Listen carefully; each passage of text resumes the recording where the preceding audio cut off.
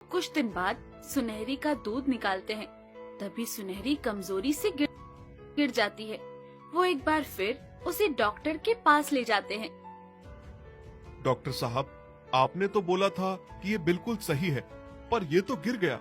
बताओ क्या हुआ मेरी सुनहरी को? कोई डरने वाली बात तो नहीं है? डॉक्टर चेकअप करके बोलते हैं, सुनहरी गर्भवती है और साथ ही कमजोर भी, इसी कारण वो गिर गई। अरे वाह, क्या खबर सुनाई डॉक्टर साहब आपने। ये तो बहुत ही अच्छी बात है। रामू और रेखा दोनों खुशी खुशी घर चले जाते हैं। पर सुनहरी अब एक ही थन से इतना कम दूध दे रही थी कि उसका मालिक सोच में पड़ जाता है। सुनहरी अब कम दूध दे रही है और साथ ही इसके खाने का खर्च ज्यादा हो रहा है। अब मैं एक काम करता हूँ, इसे घर ही चारा दे दिया करूँगा, इससे ज्यादा नुकसान नहीं होगा। वैसे भी ग्राहक तो आधे ही हो गए हैं। मालिक ऐसा ही करते हैं। फिर कुछ महीनों बाद सुनहरी को एक बछड़ा हो जाता है, मगर सुनहरी का दूध उसका मालिक निकाल कर ले जाते हैं। इसी कारण उसका बच्चा भूखा ही रह जाता है। एक दिन बच्चा भूख से तड़प रहा था। माँ, मुझे भी भूख लगी है, दूध पिला दो। बछड़ा दूध पीने की कोशिश करता है, पर सुनहरी के एक ही थन था और उसमें भी दूध नहीं आया। बच्चा रोने लगा। माँ, सबकी माँ के 4 थन हैं और आपका एक ही, और सब अपने बच्चों को दूध पिलाती हैं। आप मुझे भूखा रखती हो, मैं भूख से तड़पता रहता हूँ। मेरे बच्चे, मैं क्या करूं? एक तो भगवान ने मुझसे मेरे सारे थन ले लिए, एक ही थन है अब मेरे पास। ऊपर से मालिक सारा दूध ले लेते हैं। अब कहाँ से तुझे दूध पिलाऊं?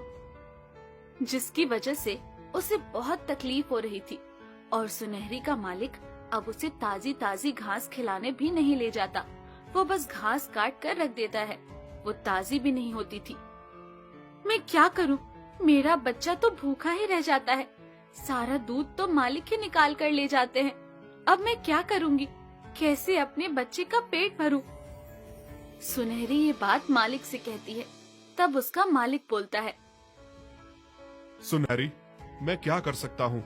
तुम्हारी बीमारी में बहुत खर्चा हुआ है और अब तुम आधा ही दूध देती हो, जिसके कारण मेरा बहुत नुकसान हो गया।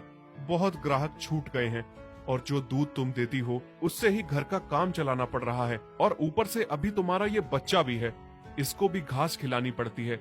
मैं कुछ नहीं कर सकता, मुझे माफ कर दो, पर तुम्हारे बच्चे को भूखा ही रहना पड़ेगा।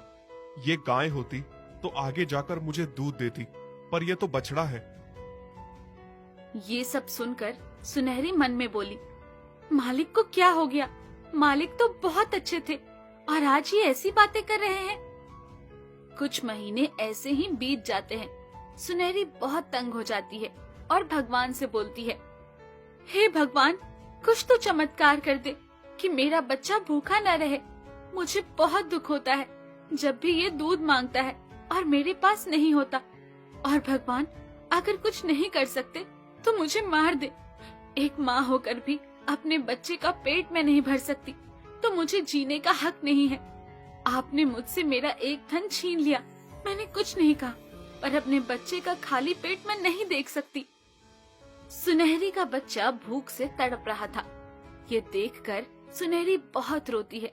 तभी एक तेज रोशनी चमकती है और अगले दिन से जब सुनहरी का मालिक उसका दूध निकाल कर ले जाता है और बाद में जैसे ही बछड़ा दूध पीना शुरू कर देता है, सुनहरी के एक ही थन में इतना सारा दूध निकलता है कि मानो दूध निकला ही ना हो।